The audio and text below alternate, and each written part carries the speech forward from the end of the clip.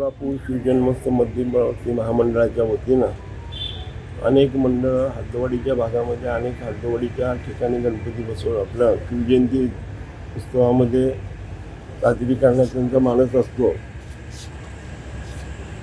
परंतु ज्यांना परवानगी दिलेली आहे त्यांना मागच्या वर्षीची परवानगी मागायची आणि पुढे त्यामुळं काही मंडळं मध्यवर्तीमध्ये न येता स्थापना करतात, परंतु काही मंडळं आता त्याचे मिरवणुकीत सामील होणार आहेत.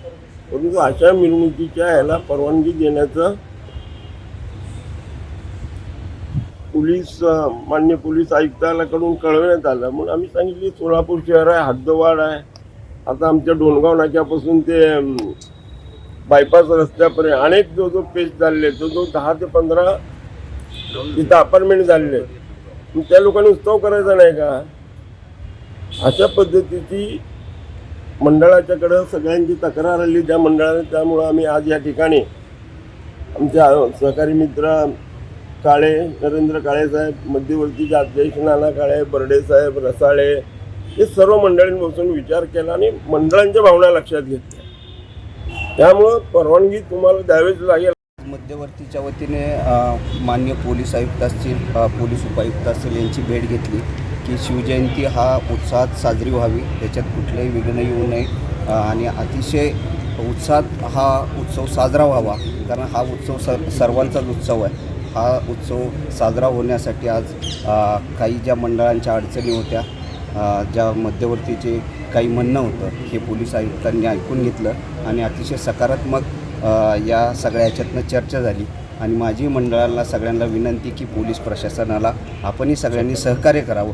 बोला. मंडळांकडून सातत्याने विचारणा होत होती की परवानगीबद्दल दिरंगाई होते पोलीस प्रशासनाकडून.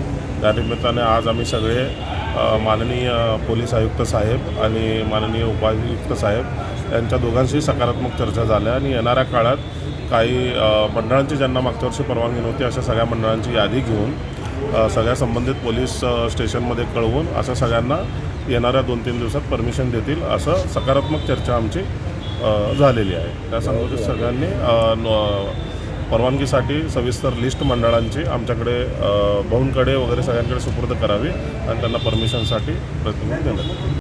आज पोलीस प्रशासनाबरोबर सन्माननीय अध्यक्ष आणि दिलीपभाऊ कोल्हे, सुनील रसाळे साहेब, नरेंद्र काळे यांच्यावर सगळ्यावर चर्चा झाली.